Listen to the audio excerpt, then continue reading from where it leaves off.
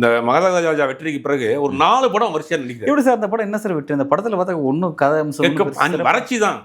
காஞ்சி போனவனுக்கு ரொட்டி துண்டை பார்த்தா பசி ஆகிருக்கும். அந்த மாதிரி காமெடிக்கு ஒரு பெரிய பஞ்சமா இருக்கிற நேரத்துல 13 வருஷத்துக்கு முன்னாடி வந்த படத்தை கொண்டாடிட்டாங்க தமிழ்நாட்டுல. 13 வருஷத்துக்கு பெரிய படம்லாம் கிடையாது, அது பெரிய காமெடி கிடையாது, ராஜ்யம் கிடையாது. அந்த படத்தை பார்த்து காமெடி கூட ஒரு பெரிய இருக்காது. அப்ப அந்த அளவுக்கு நீங்க வந்து இப்ப நீங்க வெளிநாடுகள்லாம் போனீங்கன்னா இந்த பீஸா பர்கரை சாப்பிட்டு இருப்பாங்க. ஊருக்கு வந்து முதல்ல வீட்டுல ரசம் வச்சு கொடுங்க. அந்த மாதிரி 13 வருஷமா காமெடி இப்ப இருக்க சில நடிகை காமெடி நடிகர் பேர்ல கொலையா கொள்றாங்க. ஒரு காமெடி நடிகா இருக்காரு, பார்த்தா வில்லன் மாதிரி இருக்கிறான், ஆனா காமெடி நடிகர்ன்றான். அவனா பேசிக்கிட்டு அவனா சிரிச்சுக்கிறாங்க. அந்த மாதிரி காமெடிக்கு ஒரு பெரிய ட்ரையா இருக்கு அந்த ஏரியால.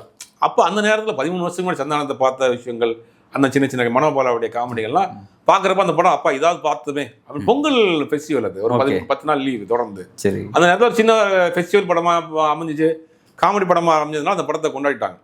அந்தனால அந்த படம் பெரிய சக்ஸஸ் ஆச்சு. அந்த படத்தினுடைய வெற்றி சுந்தர் சி விஷால் சேர்ந்து ஒரு படம் பண்ணுறாங்க. சுந்தர் விஷாலுக்கே தனியாக ஒரு 4 படம் வரிசையாக 4 படம் கமிட் ஆகிட்டார்.